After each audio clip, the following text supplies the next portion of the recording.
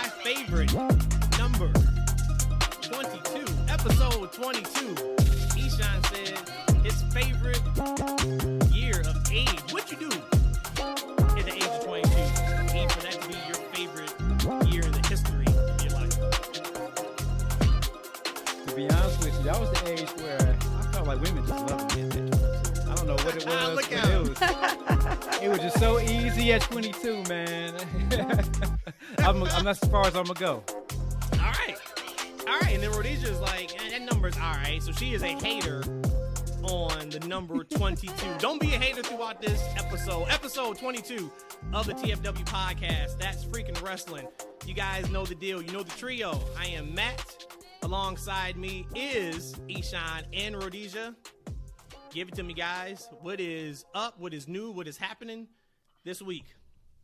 Well, today was my self-care day. So I got to relax. I got a mani, a pedi, a facial, all of that. Looking all good on the camera. Okay. Say that then. Hey, ain't that about a beep? Look, my wife had one of those yesterday, man. She was gone all day long, man, getting her hair done. She got her feet, everything. I ain't never had a man day. Matt, we need a man day, man. Y'all should. We gotta get that figured out. Y'all should. You know what? We gonna do. You know what we should do? We should make a man day for like SummerSlam weekend. Get all the fellas together that listen to the pod, that's out in the wrestling D community, and we just rock it. It don't have to be manis and petties, of course.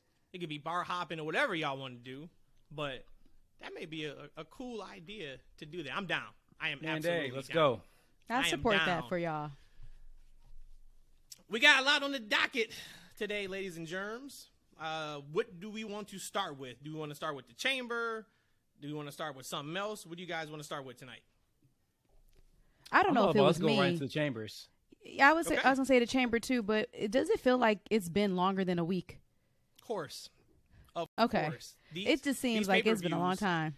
Yeah, we get these premium live events, and because we get so much quality and so much wrestling, it's like after 24 hours, it's old. Like, we could probably get away with not even talking chamber, and we wouldn't. That's what it feels like. And that sucks. Yeah, a little bit. I mean, that sucks nowadays, but it was a fantastic show. And I don't like to use that word fantastic, but it's to me, once again, that's one of those shows where if you are a hater, that's the only people that could not have liked that show from top to bottom. We'll talk about the main event. I have a couple of things that I didn't particularly care for in that main event, just from a booking perspective. But wrestling-wise, I thought they knocked it out of the park. I thought the show was great.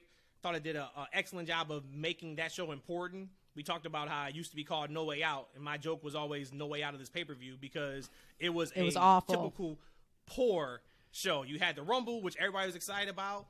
We go into No Way Out, and that was just to get to WrestleMania, so they threw anything out there. That was not the case in Montreal, Quebec, Canada, this past Saturday. We had to watch on tape delay.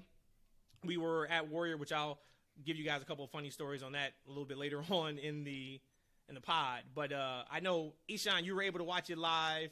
Thank you for keeping it in the tuck, not saying anything to us on what happened on that show. I'll throw it to you guys. What you guys think? You know, what was the highlights? What was the lowlights, if any? Just give it up. I was gonna text Eshaun Sunday morning, and let him know that Asuka pinned Carmella. So I know he had said Carmella was gonna win the female chamber, and my vote of Asuka actually pinned her. I'm sorry, not pinned her. She Asuka locked her. So I was like, I should text him right now and just tell him nan and a boo boo. But overall, man, we can go down the list honestly for all the matches. I got a couple words pretty much on most of the matches. That's how great I thought that pay-per-view was. Yeah, it was an outstanding pay-per-view because for me, it took me like 4 or 5 hours to watch it, to be honest with you. I got sick that day, so I was in and out of consciousness most of the day, but it was an awesome show. And to be honest with you guys, I picked Carmella not because I thought she was going to win, just to be different, because I'm like, I felt like Asuka was a no-brainer to win that. So, like, you know, like that's one of them things to where you kind of expect what's going to happen, but it still was an awesome match, and still was great to see her get that win. Yeah, if there was any match where the person who was kind of like the no-brainer to win should have won, it was that one. If they did anything other than Asuka, I would have had a fit from a creative Now, standpoint. But now, when I'm sorry, not to cut you off, but when Raquel came out in her new gear, I was like, darn it, dang it, she's about to win, because she had like the WrestleMania gear. I'm like, dang, she's about to win the chamber. No, she can't win the chamber. She can't win the chamber. But in the end, Asuka prevailed. So let's get right into that match. I think the men's chamber match was arguably one of the best chamber matches I've seen. So, but the women's match was really good there. We just talked about it. Asuka, of course, goes over, looked great. I think everybody really represented themselves well in the match. Some highlights in terms of, some good bumps taken and some good spots taken. Asuka does go over in the opener. Thought they did a fantastic job of starting the night off, making it feel important. Overall, just 2 thumbs up for me in that match. Anything in particular from that match you guys wanted to talk about? Hey, to be honest with you, Carmella, I just find her to be so entertaining. Like, I didn't necessarily think she was going to win the match, but she was very entertaining throughout the entire match. She played like that unlikable heel character, man. Like, you think about how great of a character she is. The show solely missed her while she was gone. I'm glad to have her back, but she was phenomenal in that as the antagonist in the match. She's great at anything they give her, and that's why I give her so much props. She's one of my favorite people in the company. No matter what they give her, no matter what character she is, if you put her in there as a title contender or you put in there just as a comedy relief type segment, she knocks it out of the park. Think about the work she did with R-Truth, and then a couple months later, she's fighting for the women's title, and you believe both. It's kind of like with Jerry Lawler back in the day. Back like early in the day, you can put him anywhere on the card, and he was believable, and he was fantastic in his role. So shout out to Carmella. I agree 100%. I thought she was great. We talked about it. I'm glad Raquel did not win. She was the person that I was a little worried about that may have gone over Asuka, but I'm glad they did not do that. Anything with Liv, she busted her ass in that match, so that was good to see. I keep saying, so where does Liv go from this point? I know there were some people who were like, hey, I could easily see Liv winning and going against Bianca at Mania. I mean, I can see that too. To me, there was no fanfare to that, though, because I do think Asuka probably beats Bianca. Probably. I'm probably willing to say that too. Yeah. So, I mean, where does Liv go heading into Mania season knowing she's on SmackDown right now? No clue. Liv, she had a run with the women's title, and I thought it was pretty lackluster. I believe that part of it now, looking back at it, maybe wasn't all her fault. It could have just been the contenders she had going against her. One thing about her, when she comes out and she wrestles, she wrestles with passion. So, and then I want to just backtrack all the way. I know I'm very critical on a lot of people and a lot of wrestlers, but as far as what they do every single day in the ring, oh my God, I could never even imagine doing that. So I want to give props to anybody who does this for a living. But for Liv, I must pause for that. I'm going to pause for that. Don't pause for it, because if you pause for it, then I got to just blow up your spot and say that you're not critical, you're a hater. Okay, well then I'll say hater. I'll say hater. I'll take that. I'll take it. And not Jamie. I can be a hater. No, just a hater. You are. Yep. I got my player hater degree. Isn't that what they used to say when we were younger? PhD. Yep. But for real, Liv, that's one thing about her. She comes out there with so much passion and fire. Just for me, I told you this a few months ago. She feels like an Alexa light, an Alexa knockoff. And that's not fair to her, but that's just my honest feeling. Wow. I think they're two totally different characters. But man, she looked phenomenal. Ooh, buddy. Yes, she looked phenomenal, right? But the strange thing about Liv is that she has a strong fan base, I would say, right? I think so. So she lost the title, but you got I would say a vocal minority that still wants her back in that title picture, that wants her to get another shot. But I'm like, damn, where were you people when she actually had the run? You know what I'm saying? Like, because it wasn't, some of it had to be creative, but a lot of it, she just wasn't getting the push behind the crowd. It seemed like when she had the championship, she had less of a response, right? So as soon as she loses the title, she gets the response back. It's like they want to see her get there, but they don't want to see her stay there. I just need people to show up for her because I don't get it. You know what, though? To be fair, it was creative. Remember, the creative they had for her was her and Ronda. She wins or she retains the title from Ronda from a DQ finish, if you remember. And then the last shot of that match was her like holding her arm outside the ring, smiling like she got over because she won by DQ.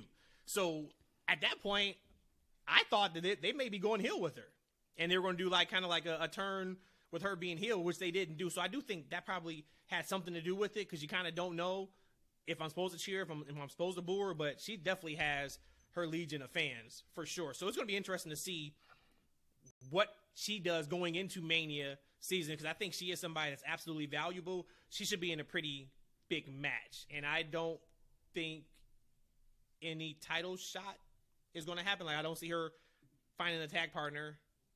I think that's going to be Ronda and Shayna.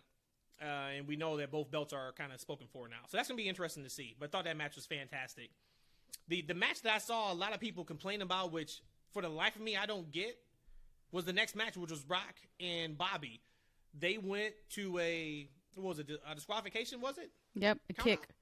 Or, I don't know. Yeah. Actually, I forgot how it ended. Yep.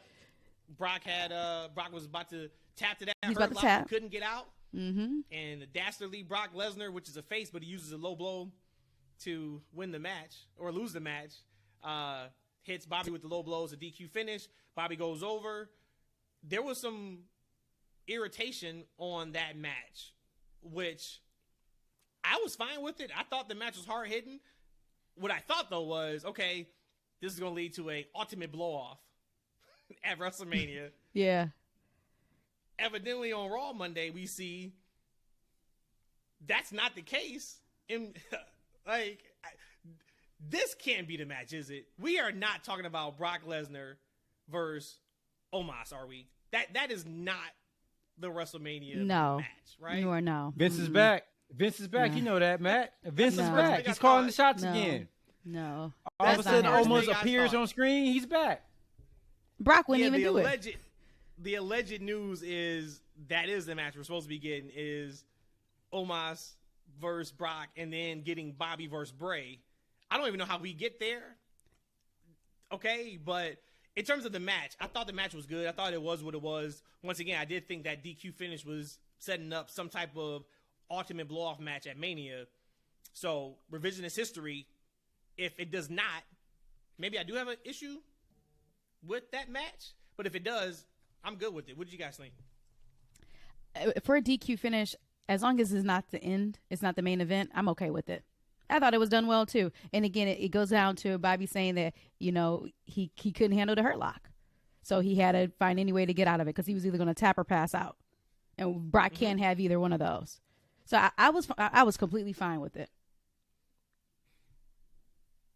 Yeah, honestly, I haven't been invested in this specific feud, to be honest with you guys. So I was right there. I was good either way. It didn't matter what happened in that match to me. So do you want to see? What do you want to see at Mania then with those two guys? You know what? I wouldn't mind seeing some type of a three-way between the three. Nothing would do. Omos, he got to go, man. I mean, was he part of the? Look, man, I hate that. You know what I'm saying? That I feel this way about Omos, man. I hope they find the right role for him, but this ain't it, man. Yeah, I like to see maybe some type of a three-way with those guys. But it'd be strange, because I don't know if Brock has done any of the crazy stuff that Bray likes to do in his storyline and feuds, and I haven't seen Bobby do it either. So I think it'd be maybe a clash of not necessarily styles in the ring, but just from a creative standpoint. I haven't seen any one of them kind of partake in the type of spooky, funky stuff that Bray does with his storyline feuds.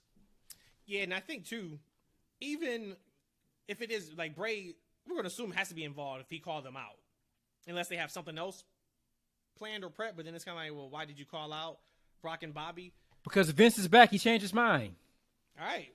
So is that just going to be our answer? Is that going to be the running gag? That'd be the running gag. Let's say that. Something doesn't make sense. Even in AEW, we could say it's Vince is back. It's Vince. It's Vince. Pronoun, pals. Pronouns. Oh, man. Third match, which was a banger. Edge and Beth go over on Finn and Rhea. We kind of talked last week surrounding, hey, you got to protect Rhea in that match to keep her strong for Charlotte at Mania. They did that. I thought they even kept Finn strong. We saw on Raw that the feud between Edge and Finn is not over, which is kind of what I alluded to last week, is why I thought the Judgment Day would win, because the feud was not over. But, man, kudos and shout out to Beth and Rhea. Man, every time Beth comes back, she doesn't miss a beat. You can tell she takes it super serious, and they did a damn thing in that match. We had a little bit of the botch where she didn't get into the ring until 3. She didn't get it in time. She didn't get it. It was a 4 count. But it was a 4 count. You take that out, and they killed it. So shout out to them.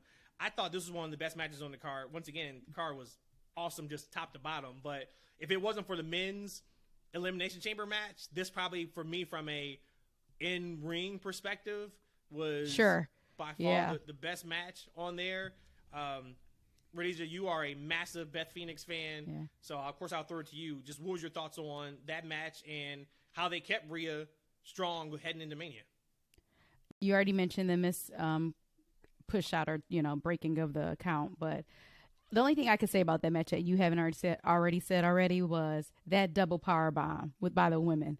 My goodness, I'm like, because I love seeing strong women, and so to see that toward the end of the match too, after they've been going at it, that to me was just so powerful. I love, and it was believable, and both of them took it. So bravo to the guys for taking it as well. I talked about this last week, that the men are letting the women do their thing too. But protecting Rhea, we already know that Rhea is that thing. Rhea is that thing, and then being in there with Beth, getting that repetition with Beth, Rhea's going to do just fine. And again, Beth looked amazing. How much I hate on Edge is the complete opposite of how I feel about Beth. So it's like the yin into the yang. So even though I do hate on Edge a lot, that, again, like you said, that probably would have been my match of the night besides the men's chamber.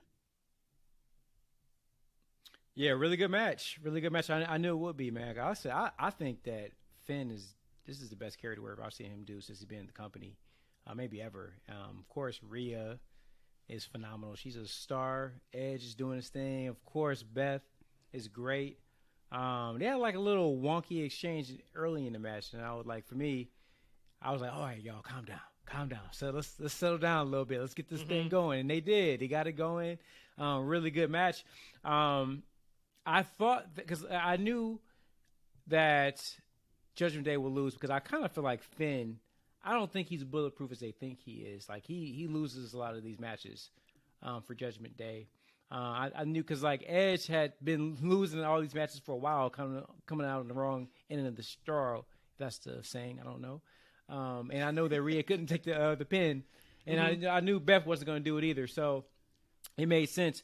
But I'm very interested. There was a rumor, I'm not sure if you guys heard it, that they were interested in possibly bringing back the Demon character back. Maybe we might get that at Mania. That might be kind of the thing to kind of shake up that feud, because you think about it, man, like, all right, this thing with Edge and the Judgment Day has been going on forever, right? So they got to add a little bit of spice to the recipe, right? Maybe the Demon character coming back, who we haven't seen him in a long time. I'm not sure how you introduce a heel version of that character to this, but it definitely will be interesting.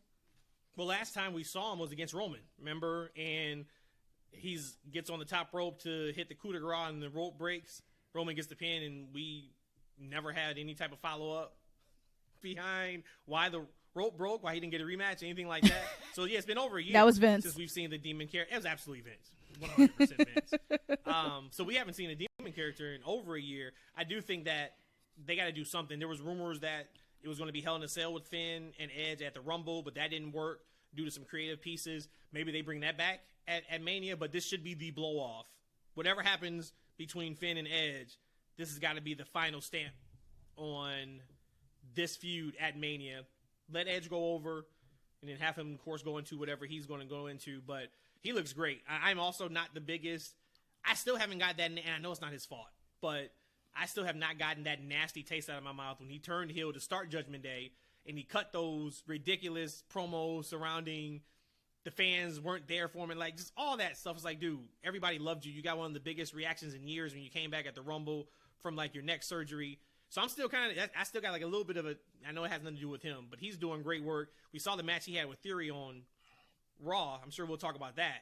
Where like he's clicking. He's where he needs to be. So that match was awesome. Really enjoyed that. And then we go into the men's Elimination Chamber. And, of course, the thing that we probably all want to talk about is Montez Ford. Yes. We talked about it last week and said, hey, it's Tez's time.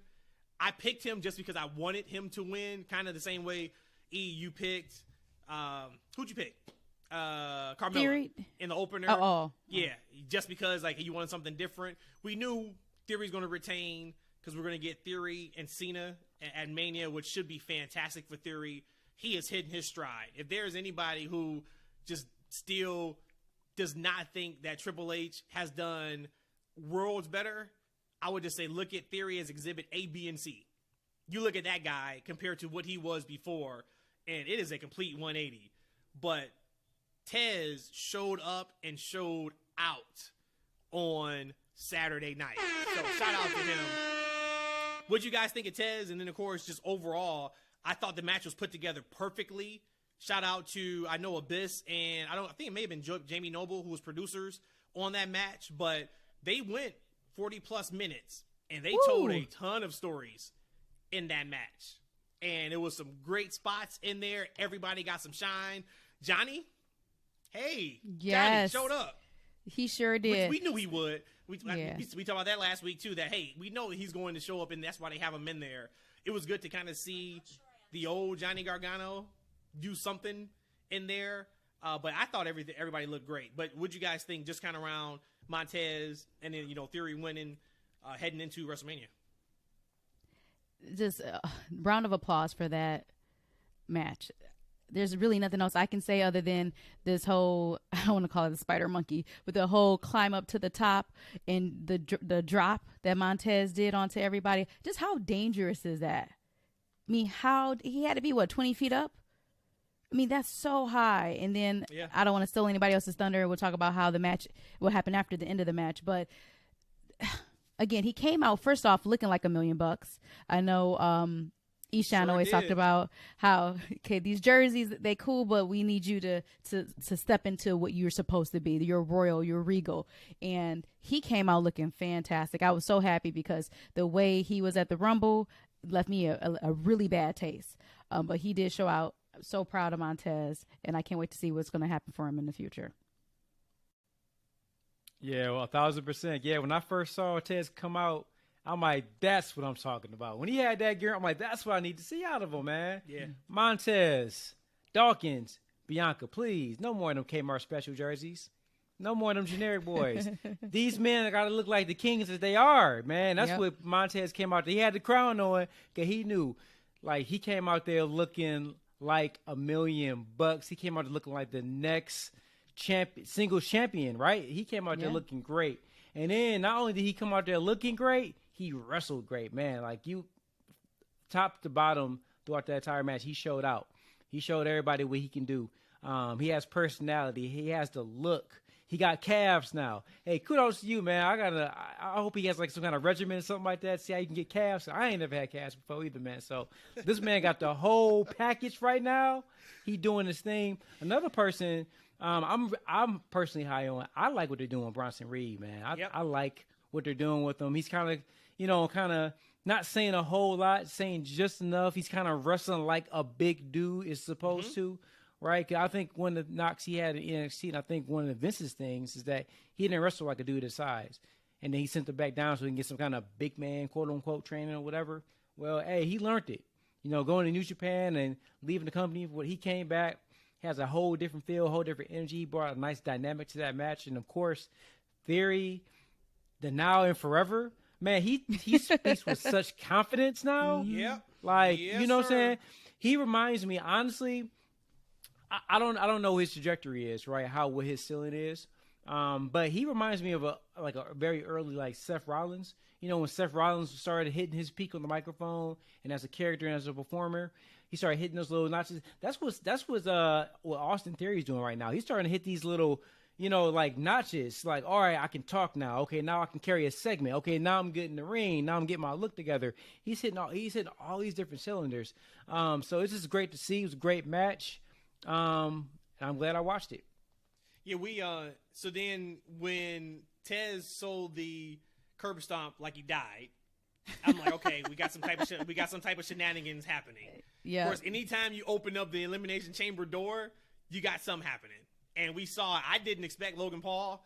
I was sitting there thinking, like, all right, like, what are they doing to get out of this? We know it's going to be some type of shenanigans, but what are they doing? Logan Paul comes out, and, of course, I am so glad that he is a heel and they're not trying to make him a face because he can lean into kind of just who he is, and that's an ass.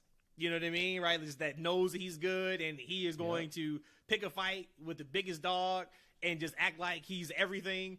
He comes out, of course, hits Seth, interferes, and we get the 1, 2, 3 with Theory going over. So now we know it is going to be Seth and Logan Paul at WrestleMania.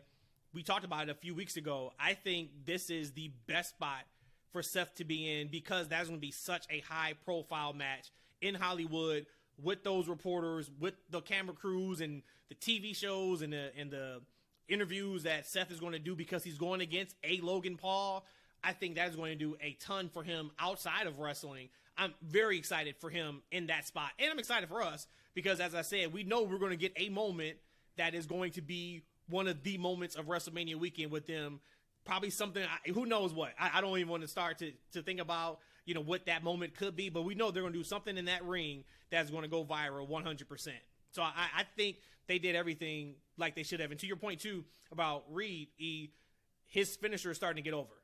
Every time he climbs to the top, you're starting to hear the crowd murmur more and more every single week. And that's what you need. You know, when the crowd starts reacting to a setup for a move, yeah, you're doing something right.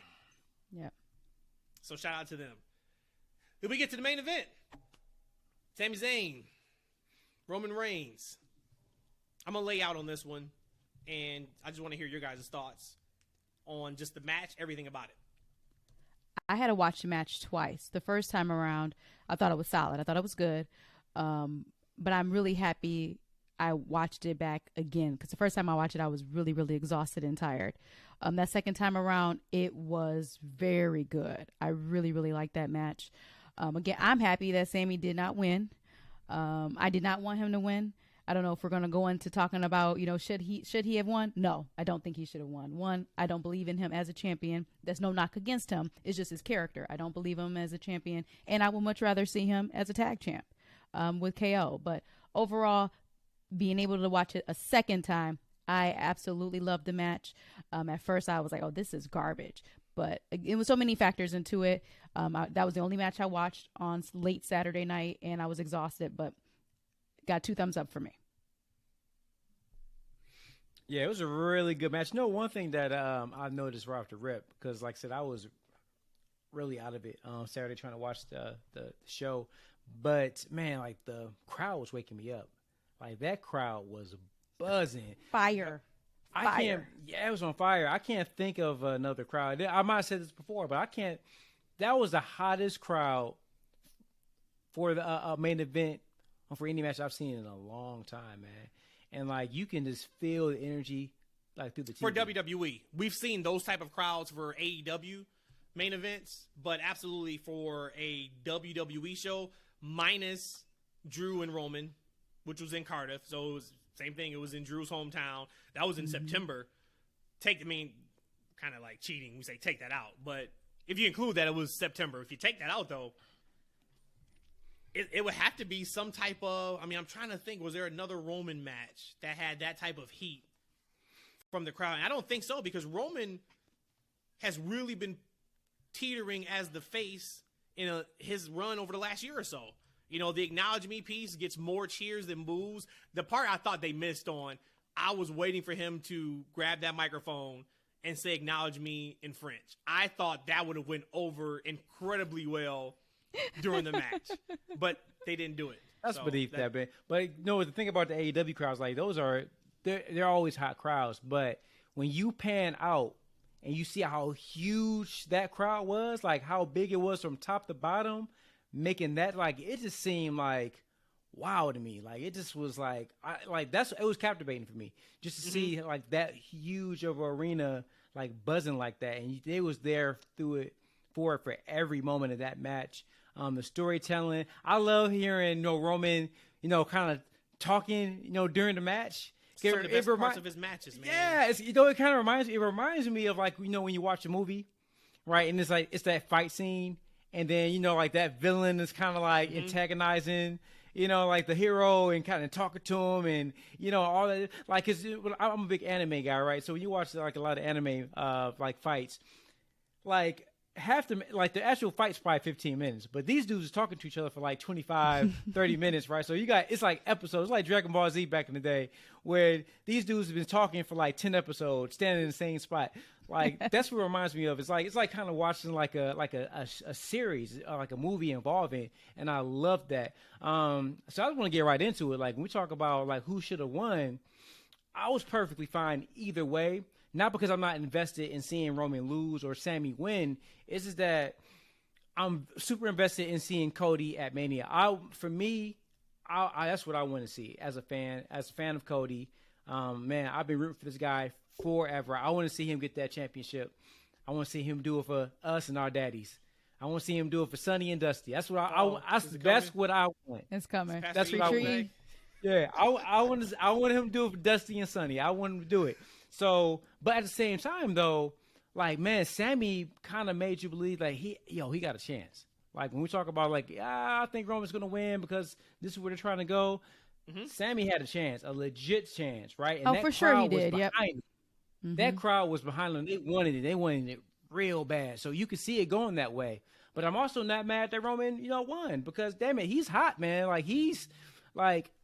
Going back to video games, right? My love, he is 100 overall right now, right, man? Like, it's hard. He's that super boss character that you got to have a cheat code to beat right now, right? I don't know if Sami had it, but damn it, it's a great ride. It's great to watch. So, what do you guys think? I know you want to lay out, Matt. What you think?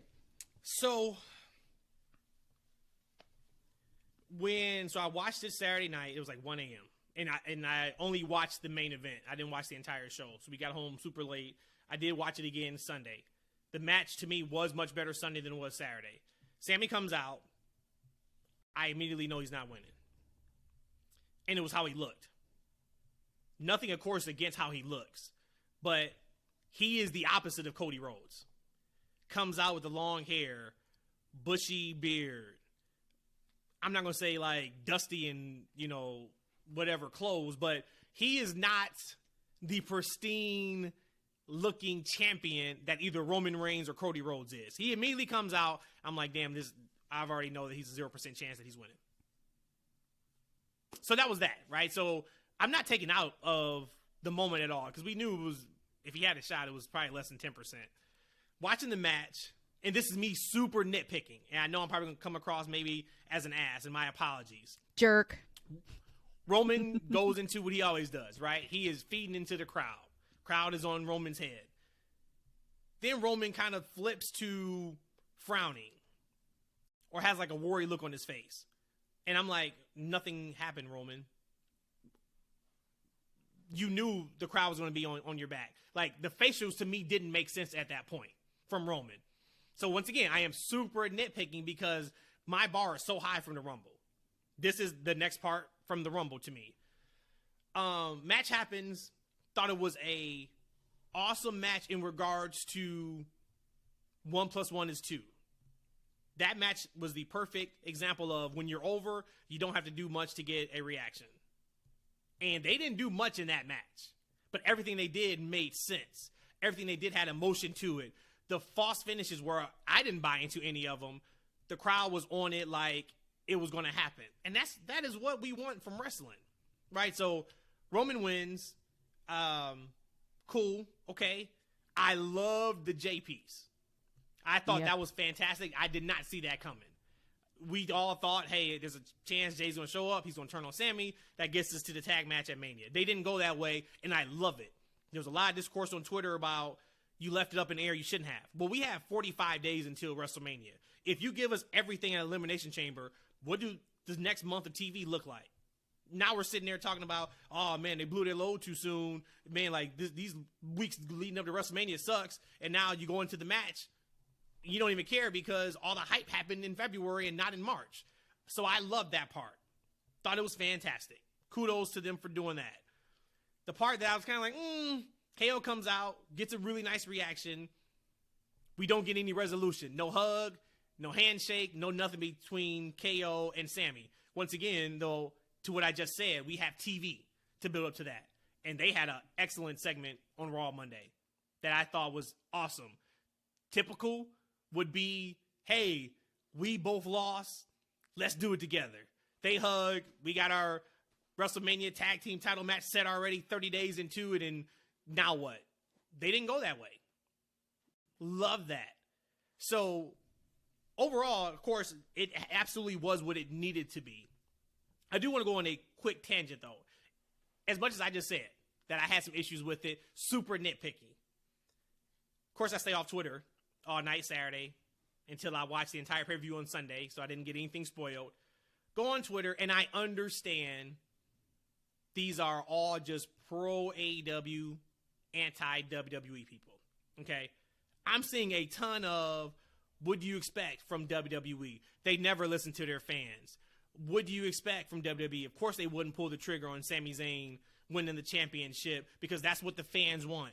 Look at WWE always trying to manufacture moments and not give us real moments. All right, let me just say this. I know I shouldn't even feed into that. But let's not act like AEW is perfect when it comes to giving quote-unquote moments. Exhibit A, MJF should be a face right now. They are streaming uphill with MJF.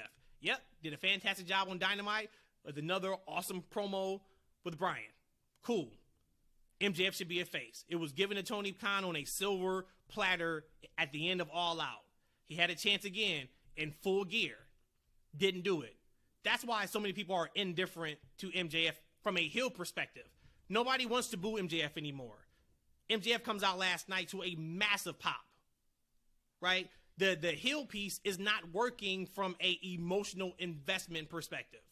We are emotionally invested in Sami Zayn because we love Sami Zayn.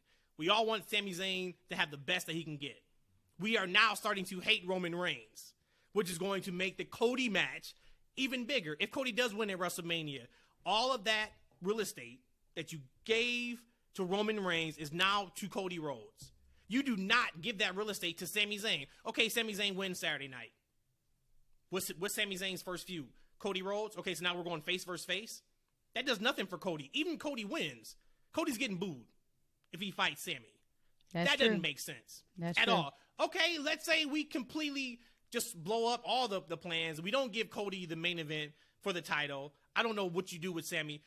Who is Sami's first title defense against? What is his first program? Kevin Owens? Okay, no, because Kevin Owens is the face. Jimmy Uso? No, that doesn't make sense. None of that makes sense, right? Just like the same way in September when people were really banging the drum on Drew. And yes, any other time Drew needs and deserves to be champion.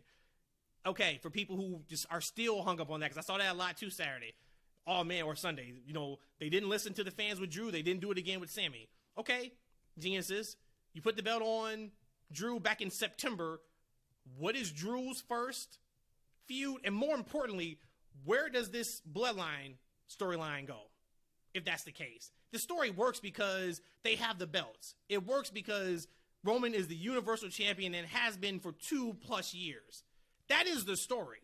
When he loses, that's when you get the next part of the story. And you don't just all of a sudden shotgun him losing a month before your biggest show of the year because Sami's gotten over. Did we forget this is predetermined? Did we forget we can revisit Sami in the title in April, in May, in June, in July, in August? So that was, I got so irritated. I know I shouldn't, because once again, I said, these are the people that are so, and it works the other way too.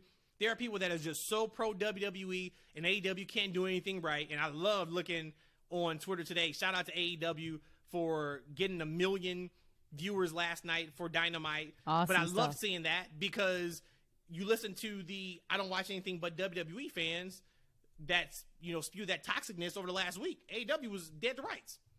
They're voting. And as we can see, they're not. We also see that NBA has a much bigger piece to the competition for AEW fans, and I think we knew that was their biggest rating since October. Wow. Ironically, like right when NBA season first started. So we talked about it. You talk about it a lot. Like, man, there's a lot of casual AEW fans that tune in depending on if there's nothing else on or they kind of watch something else. I think we got an answer last night. From a card perspective, there wasn't a ton on that show that you would say, I have to tune in to watch. They cracked 1 million. They were number one in cable, I think by far, last night. So shout out to them. But I just had to say that because it really bothered me on Sunday. And I was going to go hard and be Twitter fingers and, you know, have a 5,000 worded tweet out there. But I'm like, no, I'll wait for the podcast. But people got to relax. I think that Triple H has done enough to where we should, I don't want to say trust his process, but I'm going to say trust the process. Trust that this story with Sammy is going to turn out right. Trust that the story with the bloodline is going to turn out right. Now, if it doesn't, of course, we can get on here, trash it, and say, man, they should have done this, they should have done that. I do have a feeling, though, that is not going to happen at WrestleMania or right around that time. All right. Whew. That was a lot there, Matt. I hope you feel a little bit better getting that off. I do. Thank you guys for listening. We'll talk to you next week. You know what? I guess the problem that I face, and I'm not on Twitter as much as you are, it is the whole, you can't be critical, and I'm not saying hater, but being critical on one of the products without being called, oh, you're a hater of that. I think just overall, we've kind of been a little bit harder on AEW over the last month or two, because I think they have a lot of opportunities, but it's not because we're AEW haters. We were there day one. You know, that's something I'm very proud of. I'm telling people about AEW is that next big thing that's out there that's going to rival WWF, because people don't know about WWE. So right. It hurts me, or it bothers me, because the moment I say something bad about AEW, now I'm an AEW hater. No, I still invest my time in watching Dynamite. Heck, we've been to how many AEW shows in the last year and a half, 2 years? It's like, I support them more than you do. You know, like, get out of here. Yeah, like, you know what I mean? exactly. Like, my bank account is on empty because every time they're here, we're going to see them. So again, I think that's the problem that irritates me. It's like, you can't say something about one company without you sounding like a hater, and that's just not it. I mean, we're fans, just like with soap operas. People could talk about soap operas all the time. You know, you had your channel 7 and your channel CBS or whatever. I know different regions of the states had different channels, but it was kind of like that. It's okay. You don't have to hate the other side. We're just being critical, and none of us can actually do what they do in the ring anyway. So let's be honest there. But I'll get off my tangent now. We're all fans, right? No, we're all fans at the end of the day. Yep. Man, I know we was moving our WWE so quick though, but hey, one last thing, and I'll jump on the bandwagon as well with the Sammy storyline. Mm-hmm. Like they're telling like some additional stories right now, right? The story right now with Sammy is what's going on with him and KO, right? Like, can they get together? Can they figure it out? Can they get on the same page and move forward? What's going to happen with Jay? Where does Jay fit in all of this, right? So I think there's still like some storyline elements that's going to be intriguing for Sammy. And that's the thing, is that it doesn't have to be a match with the titles on the line to keep people emotionally invested in him. It could be an emotional story that you get invested behind Sammy. That's ultimately what it was, right? You're invested with Sammy because of the story. Right. And the character that he's been playing. But it's going back to like the, you know, like the trolls online, or if they are even trolls, you know, look, people are people, man. And, you know, that's what I always kind of think. And people love wrestling. If you're a wrestling fan, you love wrestling, right? And you're passionate and you feel it. And it's human nature to feel like, you know, you're part of something, and this is my team. These are my guys, right? So like AEW came along for a lot of people, just like me, maybe Matt, to where I was so low in WWE. I almost contemplated like stop watching wrestling. That's how down I was getting on wrestling. I couldn't find, you know, ROH. I couldn't find a lot of different things to watch. And honestly, I just didn't have time to find all this other stuff that you can watch. I just didn't have the time. And, you know, but along comes AEW. Also, NXT still was there doing its thing. But I felt like... But even to your point with NXT, they took that and ran with it. We enjoyed NXT more than we did WWE. Sure did. Oh yeah, absolutely. Sure. I started watching WWE. I would watch NXT. But you know, NXT on Wednesdays. It's easy for people to kind of feel like, all right, AEW is the company that saved my passion for wrestling. So I'm a ride or die with it. And people, when they get passionate about things, they don't like to hear like any kind of negativity, and they take that personally. You know, like, right? Like, hey, hey, as friends, we've done that. I remember Matt and I were talking about some show, and I forget what it was, but Matt thought it was the best AEW show he saw in his whole life, maybe the best wrestling show he saw in a long time. And I said, oh, yeah, it was a good show. What do you mean it was a good show? It was a great show. You don't see what I seen, E. And I'm like, what are you talking about? I said it was a good show. What do you want me to say? It wasn't just a good show. I feel bad that you're such a cynical fan. I'm like, bro, I can't, like. Oh, no, you were definitely a cynical fan. Anybody who listens to this podcast can tell you are a cynical fan. Absolutely. Listen to him back. Absolutely. I'm the only guy out of the three of us who's actually going to watch ROH and pay, okay? So I'm a cynical fan. Of course I am. All right, so we can keep that narrative. But anyway, but again, but that's how people get passionate about things. People love what they love, right? And sometimes people feel like they got to protect something. They got to put the cape and they got to put the mask on. That's not what it's about. Like, for me, I love AEW, like, but at the same time, I'm starting to realize that I have an expectation of, like, hey, let me appreciate it for what it is. It's going to be great matches, good to great matches, and they're going to have some awesome moments occasionally, right? So let me enjoy that for what it is. Now, over time, if it can grow beyond that for me, great.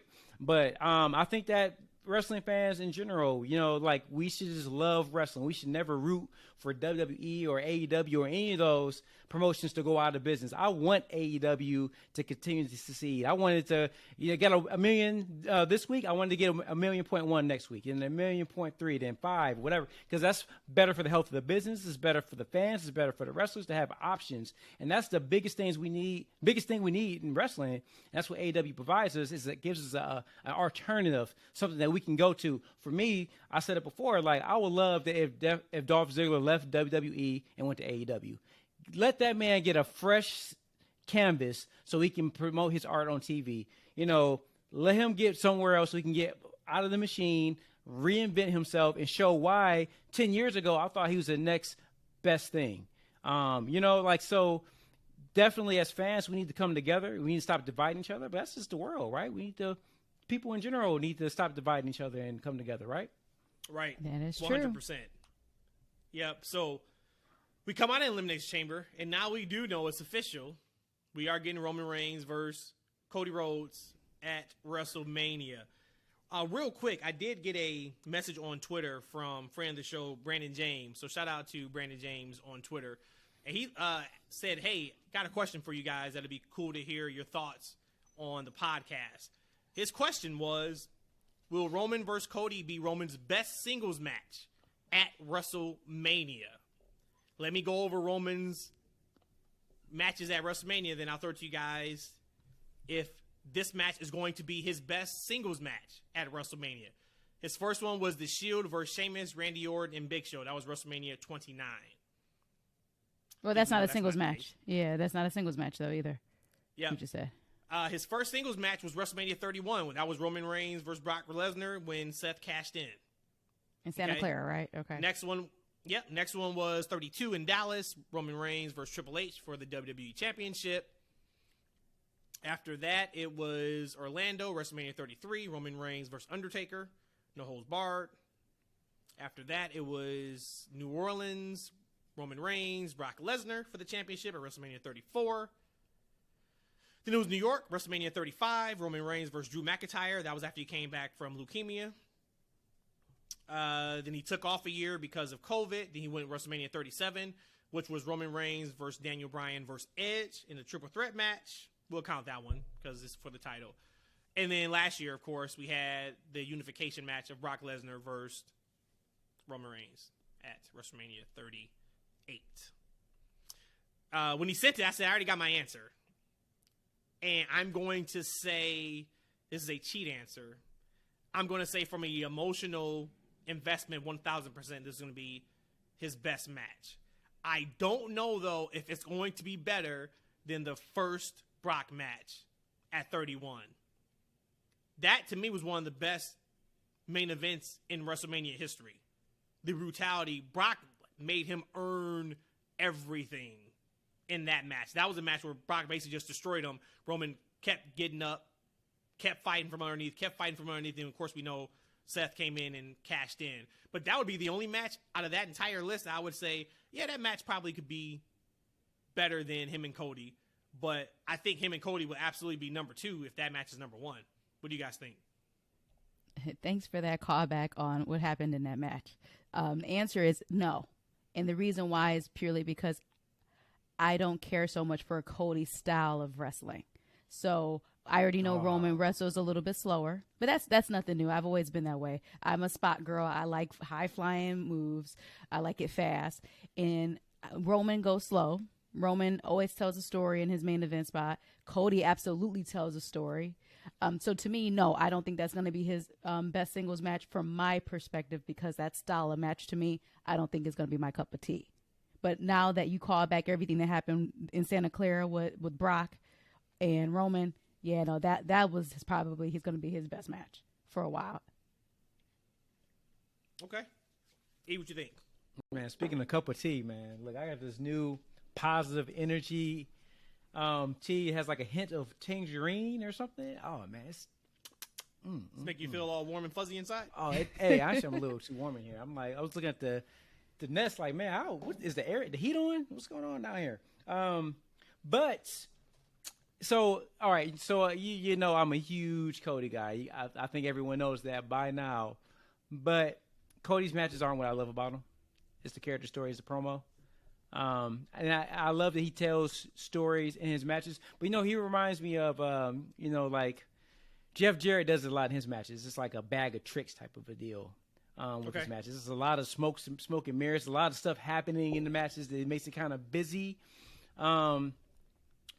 So do I say that might be Roman's best match? I don't know. But however, maybe the two of them can come together, collaborate with their style, and create a great storied encounter, right? Like, I don't know if it's going to be, you know, rest hold. You know, I don't know if it's going to be a Daniel Bryan type of a match where you see these dudes, you know, throwing arm bars, doing all these different moves. But I think when it comes to actually telling a story in the ring, I think it's none better than two of them. I think it's going to be a great match. It's going to be one of their best matches. I don't know about that, but I think it's going to be a very, very entertaining match. Absolutely.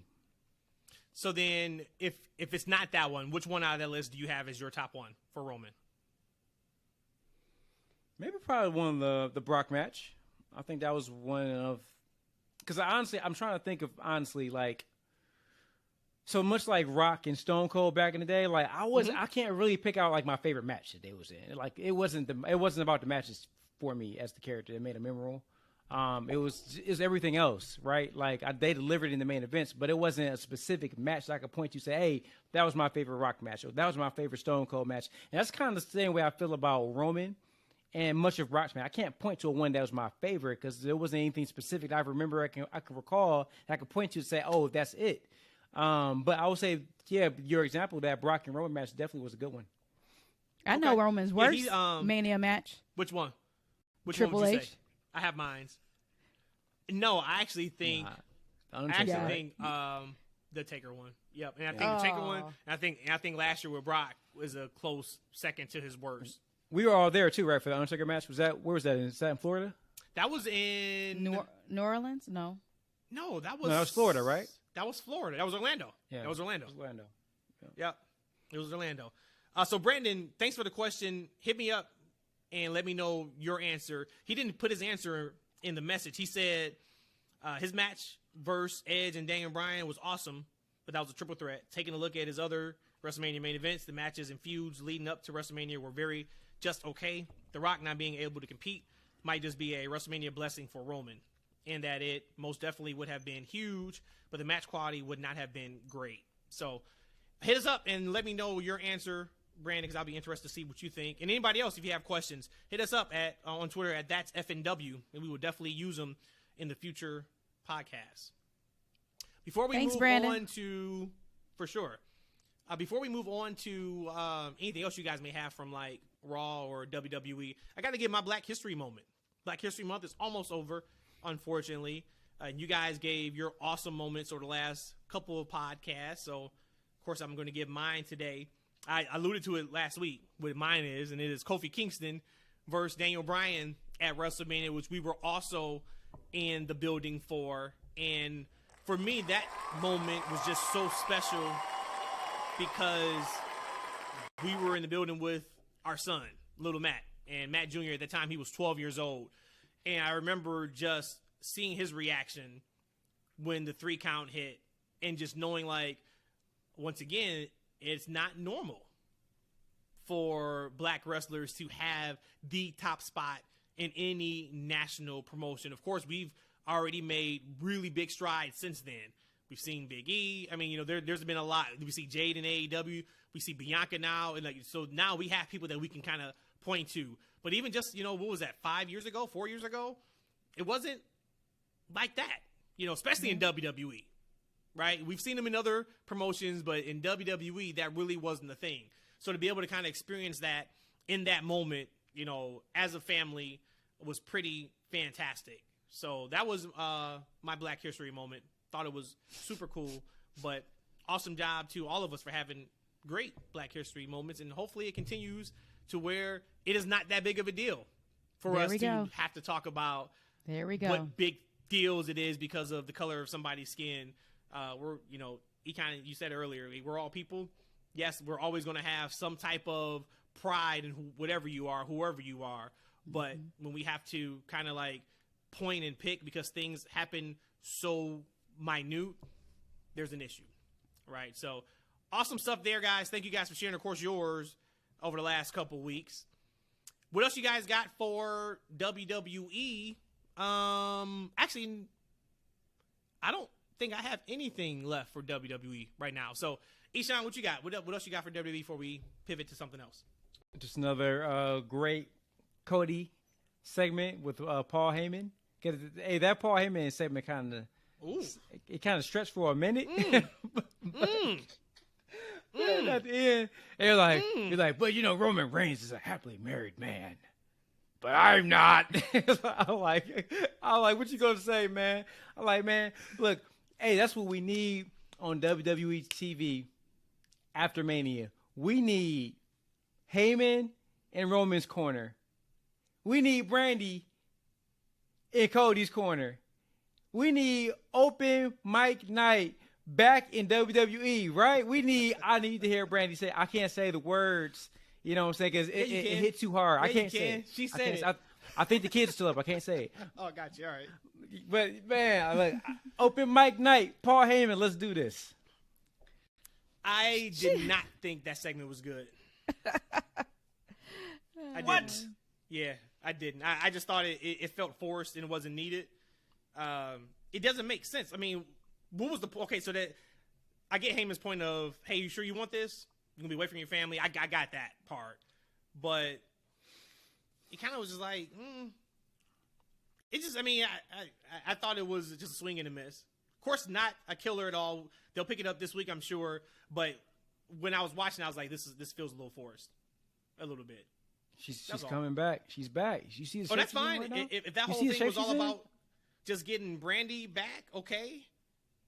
But there's not another female in the bloodline. Like, that would be cool if it was. But Naomi's coming back. Come on, we got the whole thing. But hey, here's the thing, though. I'm saying all this as a joke. I love Brandy, right? Bring Brandy back when it's time for Cody to turn heel. Because if Brandy come out there, she gonna get that man booed. so let's save Cody for the heel turn. You mean say Brandy? Yep. Yeah. I'm down with that. Brandy for the heel turn. What'd you think about that segment, Rhodesia?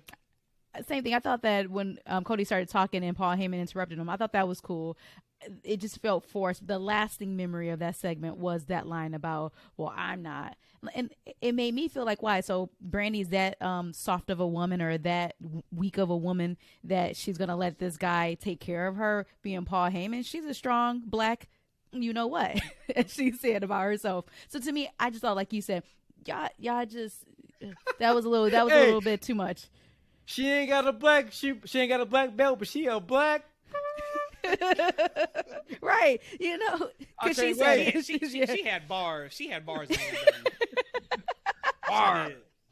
So shout out. Yeah, shout out it wasn't needed. It wasn't needed. Yeah, that's kind of how I felt. Yeah, but no harm, no foul. We move on to tomorrow night on SmackDown, and next Monday, and we'll be right back on course. So a couple things I did want to share. So last weekend, of course, we talked about it. Rhodesia and I was at Warrior Wrestling. If you are anywhere close to the Chicago area, check out Warrior Wrestling. It is a great time. That crowd that showed up in Chicago was fantastic. They were hot all night. I do want to share just two quick funny stories. So I was working the audio cues for that night, intro music, outro music, wrestlers music, et cetera, et cetera. And table's already set, so we're good to go. Before we open doors, we have Fan Fest. It's 2 hours before. You come in, you meet all the wrestlers.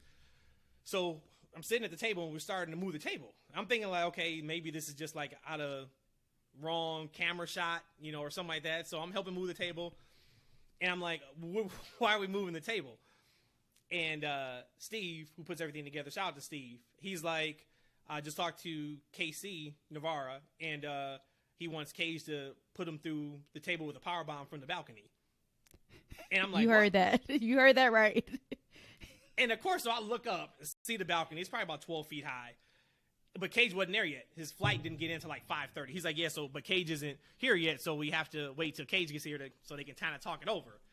And I'm like, okay, so first night of me working audio, and we're about to do a table spot through the table right here. All right, table spot goes great. Gets a fantastic reaction. Awesome. That was super cool. Then we get the main event, and I've talked about Vikingo before. This man is ridiculous, and it is so cool just to watch the wrestlers respond to him. The moves that he does that really gets them popping. It's like you can tell that they all just love him. But he's in a four-way in the main event. Now, the only person that I know in this four-way is Vikingo. It is Aramis, Taurus, Arrow Boy, and then Vikingo.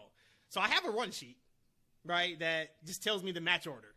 And, hey, if we got a promo that we may do, if we don't have a promo, we may do, whatever the case may be. But this run sheet does not have winners and losers on it, right? So you got to be on your game, right? If it's a DQ finish, a count-out finish, submission, whatever, whoever wins, you got to be ready with the button. I know where this is going. And I see these guys come out, and I'm like, if anybody but Vikingo wins this main event, I am effing up their music because I have no idea who's who.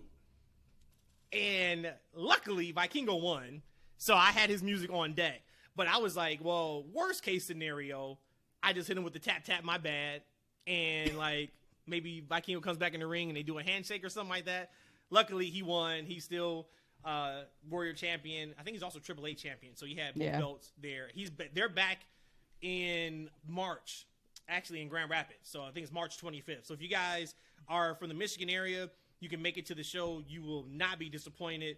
I know KC's back on the show. Eddie Kingston is on the show. They have a lot of AEW talent that comes in. But it is a super fun time. They run once a month. But I thought those two stories was definitely worth sharing from Saturday night. Good stuff. Good stuff. All right. AEW. Eshaun, I know you brought up something a couple days ago surrounding Ariel Helwani and Tony Khan. What did you have that you wanted to bring up around their spat on Twitter a few days ago? And real quick, start from the beginning because I don't know what happened. So please start from the beginning. Okay, sure. Because I really just want to talk to you guys about it. I felt like it just was fascinating. And that's one of the things we don't get to do as friends a lot of times, is actually talk about like stuff that's happening in wrestling. Sometimes we try to save it for the pod, then we don't even use it. So Tony Khan, this is, Matt, you got to help me out with the dates because I don't have them in front of me, but this is maybe 6 months ago. Tony Khan was on Ariel Helwani's channel. Was it the MMA Hour? Yeah, yep. So, yeah, he was on there probably about 3 or 4 months ago. 3 or 4 months ago. Yep. And if you guys don't know, Ariel Helwani is a big MMA reporter, interviewer. He's in that space, right? So he had some issues with Dana White back in the day. Dana White basically barred him from any UFC fights. He's kind of, done more of integration himself. He's still in MMA big time, but he's also done a lot now in pro wrestling. So, of course, this is, if you don't know who this is, he is the guy that was on SmackDown on Friday in the crowd doing those interview shots. He did the promo package for Elimination Chamber. He was also on Elimination Chamber. So when Tony Khan was on his show, Ariel was asking the quote-unquote hard questions. hey, what happened in Brawl Out, backstage at All Out with your fight? And everything that he was kind of asking around that, Tony was like, sorry, I can't answer it. Hey, how's CM Punk? I got a quote here, too, from Ariel. So this is what he said, Rhodesia. He said, this is after the interview. He said talking about Tony, he didn't want to answer anything. If you're going to come on and promote X, Y, and Z, great. I'll play that dance with you. And I did at the beginning. But you got to give us something. To not even tell us how you're feeling. I'm not asking for specifics. All right, fine, I am. But Punk is going to wrestle for you. Is he coming back? If you don't want to get into that, fine. But at least tell me how you're feeling. Give me something, right? So after the interview, Rhodesia, and I actually was surprised by this myself. Like, Ariel he pretty much said this was like the worst interview he's ever done was with Tony. It was awkward. It was awkward. Even when they first started, Ariel kind of was like, I thought you didn't like it. Was an awkward exchange. So wait, What makes you think that? Could we see it? Like regular people could see it? Was it like out there? Oh, yeah. It's on YouTube okay. right now. Oh, yeah. I'll send it to you. Yeah, I'll send it to you after the show. Yeah. And that's what I want to get into you guys about the interview. But yeah, so Tony, so Ariel said it was the worst interview he's ever done, and so he pretty much did like a segment on his show, just talking about how bad the interview was, and how Tony didn't want to answer any of the questions, and at the end of the day, if you don't want to answer, it's fine, but at least have a prepared statement around it. Sure. So yeah. Fast forward until like what was it last Friday? Last Friday. Ariel. Yep. Pops up on SmackDown. He's doing like a crowd shot. He's kind of promoting the match, promoting SmackDown, and so soon after that, Tony Khan goes on Twitter, and he @s Ariel, and he says, "You're a fraud. You're as legitimate as a reporter as @TonySchiavone24." Why he dry snitching on his own employee? That's what was strange to me, right? So that was, I think that was tongue in cheek. Right? Okay. That was tongue in cheek. Yeah. Him calling him a fraud, I don't think was. Yeah. And so check this out, Rhodey. So Ariel, this is, I guess, via his words, this is like hours later. Ariel replies back, "Thanks for watching, old friend. Can't wait for our next chat. Also, don't listen to the snowman, Shivani. You're a legend in my book." Is that Tony why Khan he's so replies hyped? back. Go ahead. Tony Khan replies back, "Good luck with the unbiased journalism." Fast forward, did you watch the Elimination Chambers? Ariel had another spot in the crowd. And Michael Cole says, he mentioned something along the lines. What's the line? Actually, I don't have the line. What did he say? When he basically, so he's like, here's Ariel Helwani. That's when he was with GSP in the crowd, George St. Pierre, which is a legend in the MMA and he's space, from Canada. ex-fighter. And Cole shoots them. They're being shot on camera, and Cole says something to the fact of, and there's Ariel Helwani, who is going to ask the hard-hitting questions, whether you answer it or not. And of course, they talk about that they're in the back after that, high-fiving each other, saying how cool it was, how awesome it was. Kid stuff. But I digress. Go ahead, Eshaun. But no, so my thing was, that's a lot of drama I didn't expect. Number one, to be honest with you, Rhodesia, when I saw the interview, there was a very awkward exchange between the two of them, because I think, Ariel was just trying to say, yo, I didn't think you liked me. I tried to get you on the show, and Tony's trying to play it like, I don't know what he's talking about, right? And he seemed like he's kind of trying to play it off like he didn't want to talk about it, like there was something going on, but he didn't want to get to it. But Ariel like, yo, if there was something up, just talk about it, get out the way, let's move on. Tony didn't want to have any parts of it. He's like, I don't know what you're talking about. So it seemed really awkward. But for me, the interview didn't seem as bad as Ariel made it out to be. Now, listening to his side of the story, I do recall, it seemed like Tony didn't want to answer a lot of the questions. He only really wanted to come on and promote the show. He didn't want to say anything about the brawl.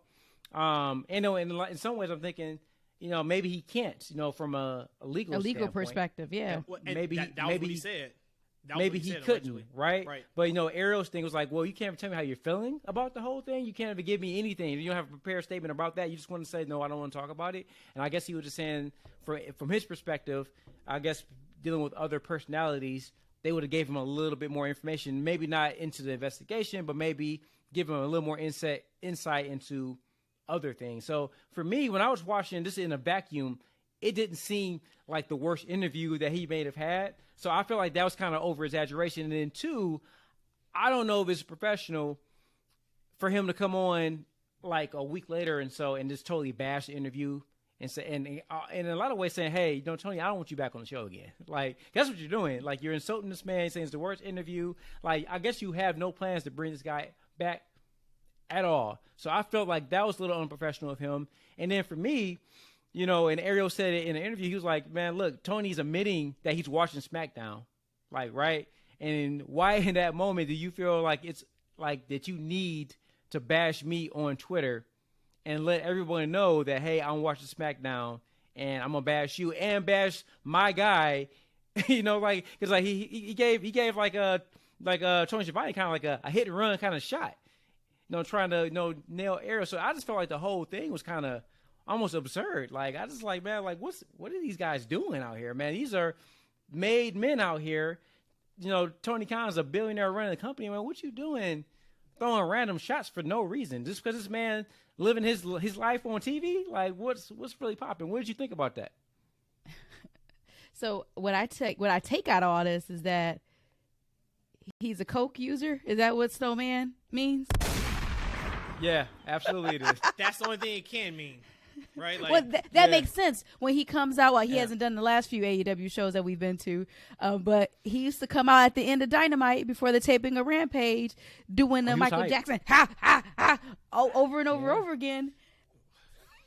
So maybe he was doing what? Was that like your James Brown impression? It was my Mike Jackson impression. Okay, but I didn't want to stand up because they can't see me standing up doing the Michael Jackson you're short song. enough. Well, it's close. Okay, close. So he was out of line. You should do a show standing up. Actually, no. You should do an entire show standing up and doing those okay, dance moves. You're time out. TFW Moment of the Week. Time out. I actually was about to start the show standing up because I have one of these desks that you can bring it all the way up, and then I had a high chair, and I said, but just my luck, I'm gonna fall out of the chair, and everything else is gonna fall down with me. Oh, that'd be amazing. That'd be phenomenal. So I'm sitting down content. now. That's phenomenal. Shout out to all of our 5 feet and under wrestling fans. Gang. We appreciate you. We don't really see you because you're really, really short, but we see you spiritually and emotionally. I think all of it's all fun and games besides like the Snowman piece. I think that's kind of crossing the line a little bit, especially because he's a professional journalist. Some people will bark back and say, well, it's also not right for you to call a professional journalist a fraud. But I think it's fun and games. I think all that's fun and games till you talk about somebody being a drug user. Yeah. Right. But I thought it was all good. I thought him calling him a fraud was good. I thought Ariel punching back was good. I enjoyed Michael Cole's remark on Sunday. That's the fun. This is what wrestling is. You know what I mean? Like, back in the day, WCW was giving out results on TV. Right? We know that's been documented. There's so much back and forth that I think comes with it that's super fun. And I thought that was all fun. But I do think, like, calling him Snowman, unless, like, maybe Tony Khan is like the biggest Young Jeezy fan in the world besides me, and that's what he mean by Snowman. Other than that, I thought that was a little out of line. But when you were a billionaire, isn't that like the drug of choice? Maybe, but do you just like say that? You know what I'm saying? Like, Tony probably wasn't even mad. He probably said, "Yep, I do get the best kind too." He would have responded with that. He would have shut it down. He would have shut it down. Shout out to TK just doing what he got to do to get through the day. I appreciate you, man. That's crazy talk, though. Speaking of TK and AEW, we talked about the big rating last night, which was good to see. They also announced their new TV show, which is starting in March. They also, Spectrum Cable, not them, has the date of June 24th picked for Forbidden Door, which is super, super cool. I am hoping it, of course, is in Chicago again, so we can go to that. But that is allegedly going to be June 24th. It's also cool because that's a Saturday. So that's awesome. We love Saturday pay-per-views more than Sunday. But that's June 24th. More to come on that. Let's go to the TV show that they announced. So Tony Khan said he had an important announcement over the weekend on Twitter, and then they, used it last night. E, let me start with you on this, because Rhodesia probably is indifferent on it. Said it was an important announcement. Didn't say big, didn't say major, said important. When they said important to me, I knew it had to do something with the business piece of it. And so I knew it wasn't a talent signing. I didn't think it was anything regarding the product as is.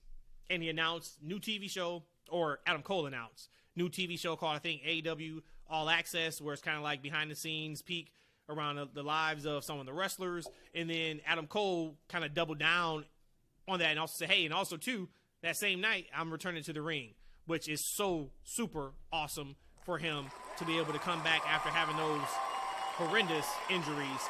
But what'd you think about the announcement? Did you even care what the announcement was? Did you feel like it was a letdown? Was it kind of what you thought? Just give me your thoughts on that. You know what? I didn't expect anything big for me as a fan. I didn't know what it was, but I feel like if it was going to be something that was going to be huge or groundbreaking, I feel like it would have been a little bit of scuttlebutt around it, and we kind of would have heard about it. So I had no idea what it was. I'm not interested in that show, but I'm great for the opportunity, because I think we were reading an article where, what did I say? It was one of the gentlemen from TBS said that AEW brings in 4 million viewers on TBS, and I think that's huge. If this is another way to get AEW more revenue, I'm all for it. Because now this doesn't appeal to me, but I think there's a lot of fans that might be interested. I didn't watch the Cody show either. This is not my cup of tea. But if this is something that's going to bring them more eyes to their product, it's going to bring more revenue to that product, I'm all for it. For me, the biggest news out of Adam Cole's appearance is that he's coming back. I thought that was phenomenal. And when I was listening to him talk, I'm like, man, he's just such a great talker. He's such a great personality. Like, he's just a great spokesperson for that company. I was just really, I was more excited for his in-ring debut than actually the announcement itself, to be honest with you. Mm-hmm. But hey, I'm all for it, man. Like, if it sounds like it's a positive for the company, and I'm all for the positives. I'm gonna say the latter part first. Absolutely, I'm so happy he's gonna be able to get back in the ring. When these wrestlers go out for injuries, it's like their life is over. And I don't mean it, to be hyperbole, but for a lot of them, this is their everything. Even over family, I hate to say it, this is everything to them. So when they're able to get back in the ring, I'm so happy. Okay, now that statement is done. As far as this All Access, I'm kind of confused on exactly what it's going to be. Is it going to be just more kind of insight between each characters and behind behind stage, or is it more like a reality show? Well, I guess that would still be a reality show, but more like a scripted reality show. Regardless, either way it is, I'm actually really excited about it, because if I'm going to be able to see, like, what was the name of those shows? It'll be The Road to Blank. It'll come on like Friday or Saturday before the pay-per-view. And I always love those when they, you know what I'm talking about, right? The Road to Full Gear, or The Road to whatever. I always love those because it gave me another look of this person. And again, when you're a new company trying to develop talent and you want people to be engaged and fall in like or fall in love or fall in the hate with these people, you kind of want to have that extra bit that you can't really show on television. So for me, I like it. That's one more hour of wrestling I'm going to have to watch per week. But I'll figure it out. But again, I'm happy, really, really happy about that announcement. 2 thumbs up for me, for Adam Cole and for the show.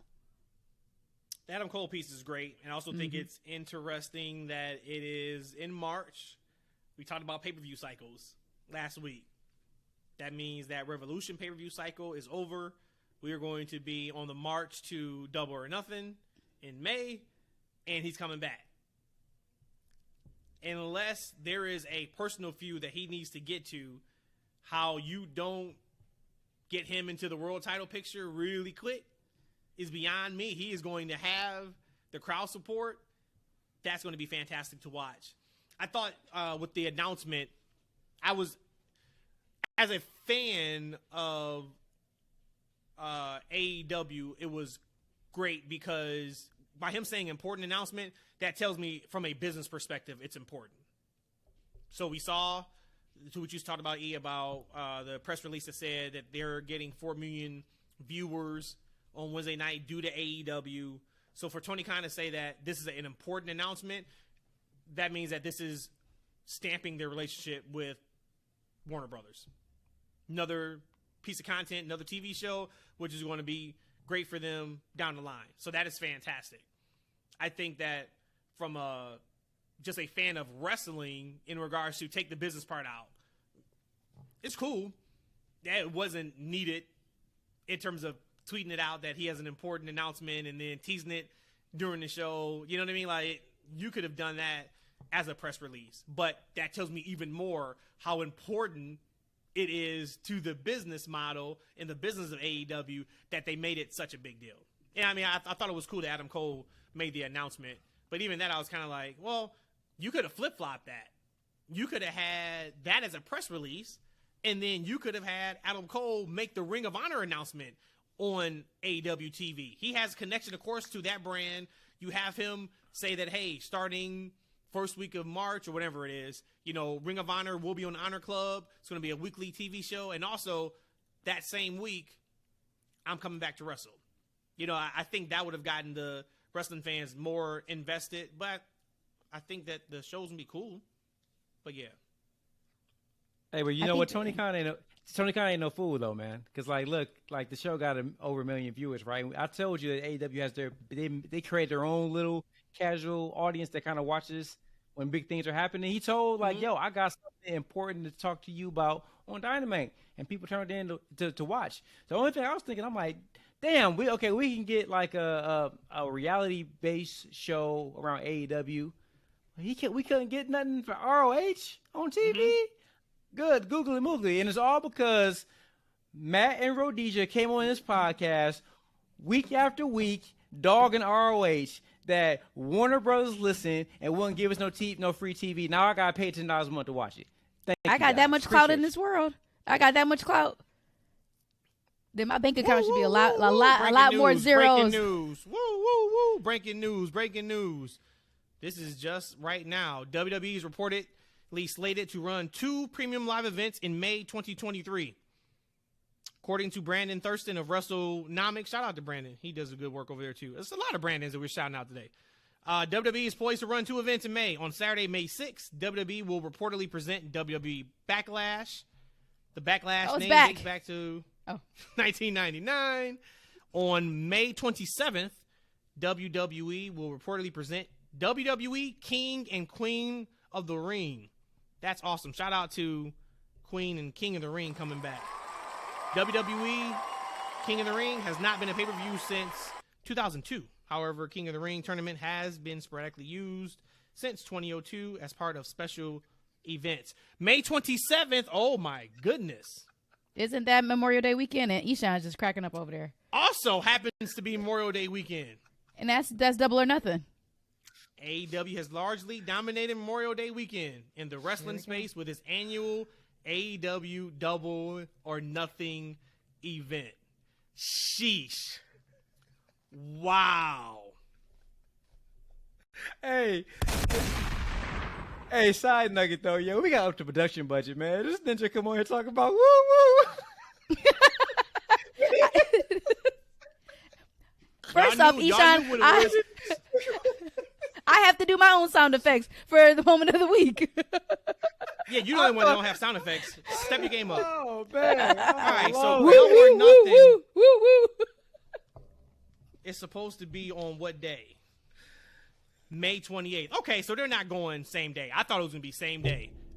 So King, Queen of the Ring is May 27th. Double or Nothing is May 28th. Woo, woo, woo. Thoughts immediately about 2 pay-per-views that month and them running the same weekend as AEW. Oh, Vince about to be big mad. Vince was always against having a show during the holidays. He is probably going to be big mad. He's probably going to put a kibosh to it. Hey, but no, wasn't Nick Khan for that though? Nick Khan has been for that type of a deal, right? So and they work. Hey, they do work. Yeah. Tony Khan coming for their boy Ariel, and so they coming for him, man. Like, right? Tony, what we need? I can't say it, man, but we got that clip when Tony was at that press conference after, the whole CM Punk fiasco went down, and he said he wasn't taking that stuff no more, man.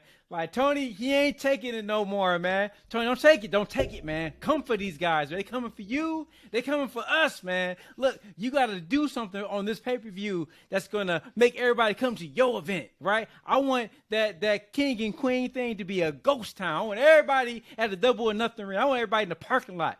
You know what I'm talking about? That's what I want. I want them fighting for it. I want to see Tony Khan, the Snowman Tony Khan, versus Vince McMahon that weekend. Just remember when Eric Bischoff challenged Vince? I want to see that, man. Let's go. It's on right now, y'all. This pod has completely fallen apart. It's definitely off the rails. It is definitely off the rails. That's crazy talk. Wow. All right, well, that's big news. And I cannot wait to hear now the question is going to be, where is that pay-per-view going to emanate from? That is Las the next Vegas. drop. Las Vegas. Could you imagine? Play the sound, man. Wow. Oh, here we go. Let me see if y'all can hear it. Let's see if I can get it. Hold on 1 second. If it loads up for me. You guys hear it at all? Nope. All right, we gonna fix this next week. We up in this budget, y'all. All right. Hey guys, We can y'all open this cash app us some money? I don't even have a cash app, but For can we real, all yo. cash app us something? I got it. DM me, please. Whoop whoop.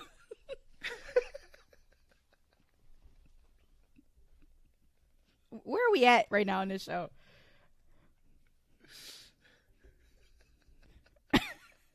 Matt's still looking for something. What's happening, y'all?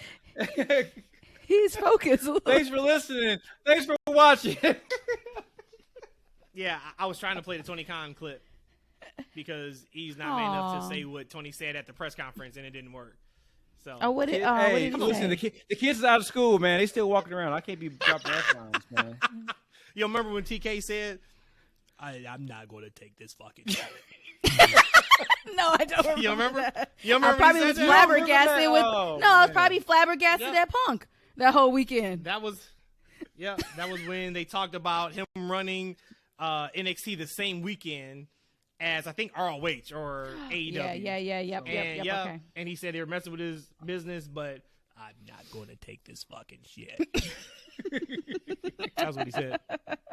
He said it just like that too. All right. This show is absolutely falling off the rails. But AEW Dynamite, there's a couple of things I have from this past Wednesday. I do want to shout out, of course, MJF and Brian. I thought they cooked in that promo segment.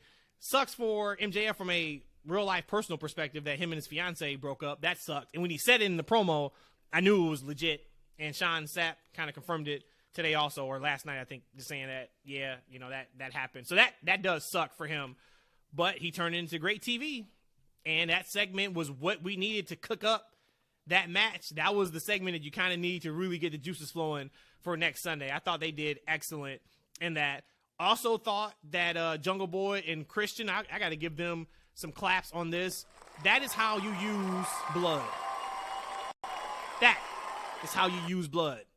They did it in a way where, I don't want to say it's tasteful. Saying using blood and tasteful is kind of like an oxymoron, but it was impactful. You remember the blood from that segment. Of course, that segment had Christian's fingers all over it. I thought that was great. And then the last thing I kind of had was just Orange Cassidy and Yuta. They did the damn thing in that opening match. Orange Cassidy, he is so good. Like, Yuta is so good. Watching that match, I was telling Rhodesia, like, the things that they do in a wrestling ring, a lot of wrestlers, but just watching that match, they make it look so easy.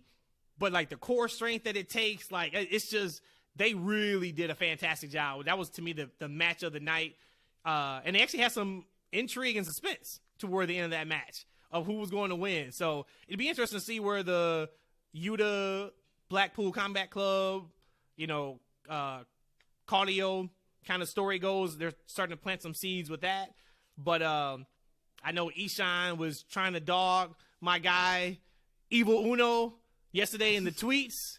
Evil Uno is a draw, my good man. 1 million viewers to see Evil Uno in that main event segment. I haven't seen the 15-minute breakdowns, but I wouldn't be surprised if they cracked 2 million just for that main event segment because Evil Uno was in the main event. So those were my thoughts on Dynamite. I thought Dynamite was a good show. Like I said, on paper, it wasn't that strong, but they did a nice job. They did a really nice job, of course, kind of with 1 week left for Revolution. So what do you guys think about Dynamite? Everything you said, I kind of doubled down on. I actually like the Ricky Starks and Jericho segment. I love that jacket Jericho had, but I think this one was a good one as far because where it was going when it first started. I'm like, Jericho, why are you out here? Like, nobody got time for you. Like, I'm so over this already. And then I don't know the gentleman that had ran out, and then he did that. Point is, I'm like, Jericho being Jericho. He's like, wait, I'm going to give you this match anyway because Ricky was like, I don't want it. And I just like how that played out. And then pray to God that this is going to be the blow off for them. So I'm actually excited about that. Evil Uno. So I am tired of blood. I really am. I get why they had the blood because they wanted to look so bad and that he really did need Hangman Page, whatever. But that was just gross to me. I was eating. I had food in my mouth. And when that blood was gushing out of his mask, I almost puked. I'm kind of over the blood. Give me blood for a special occasion. You felt that. Seriously. Hey, and I feel you, man. There's a lot of blood in that show, to be honest with you. You know somebody gonna get busted open. Yeah. In those matches, especially in the Moxley matches, somebody's gonna bleed. That's just what it is. I actually enjoyed that episode probably more than the past 3 or 4 episodes, actually. And there wasn't anything specific that I could say that this was it for me. I thought this was a very entertaining show. That's what AEW a lot of times is for me. It's just an entertaining show. I really enjoy listening to Jamie Hayter talk. And I don't want to say she's like a Stone Cold Steve Austin or a Rock or even a Ricky Starks on a microphone, but I think she has a very, very believable delivery. She comes off very likable. It's really matter of fact. Very matter of fact, right? Yep. You can hear the confidence in her voice, right? Mm-hmm. And it's not really even in a braggadocious way in a lot of ways, right? It's just like she's just like, yo, hard work, and she knows it. I work hard. I'll bust my ass to be this good. I'm going to show it to you when I get in that ring. If you think otherwise, cool. But I'm going to hurt your feelings when you get in that ring, and I'm going to hurt your ass as well. I love it, man. She has a very, very matter-of-fact way that she kind of goes about it. Awesome confidence. I love that. Just from top to bottom, I thought this was a really, really solid show. There's nothing you can point to say, hey, this stood out as being overly bad. Like, the blood thing that is what it is. You're going to get that in a Moxley match. I'm also, I think it's great that they had a great rating. I hope they can continue to build on that going forward. Cause my biggest thing, just as a wrestling community, man, is that like, yo, we gotta get behind this company, man. Like I would love to see them continue to grow. I would love to see them kind of get better at things that I want them to get better at, but ultimately, I just want to see them continue to get better. And I think this might be a good step towards that.